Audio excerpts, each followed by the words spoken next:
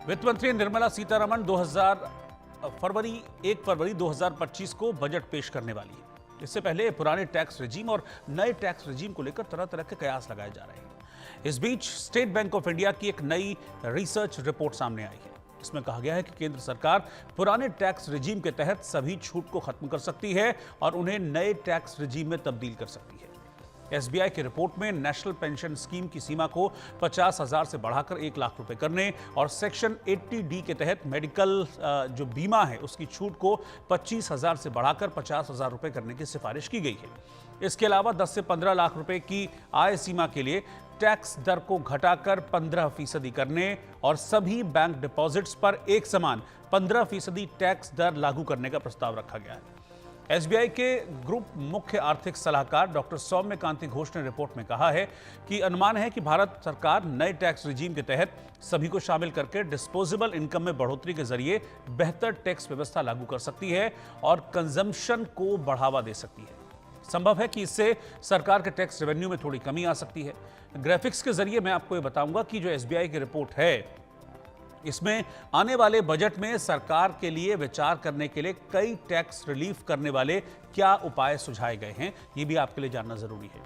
नए tax regime के तहत सभी छूटों को एक में ही कर दिया जाएगा। एनपीएस सीमा को 50,000 रुपए से बढ़ाकर 1 लाख रुपए किया जा सकता है। मेडिकल बीमा की जो छूट अभी तक 25,000 मिल रही थी उसको बढ़ाकर 50,000 रुपए किया जा सकता है। इस तरह की भी चर्चाएं हैं।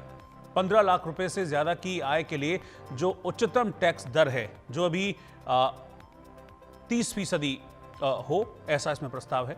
10 से 15 लाख रुपए की आय के लिए दर 20% से घटाकर 15% हो सकती है। इस तरह की भी चर्चाएं हैं।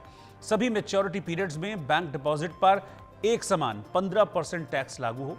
इस इनकम को अन्य अर्निंग में जोड़ा जाना चाहिए। इसे हाई एक्ट इनकम ब्रैकेट से अलग किया जाना चाहिए।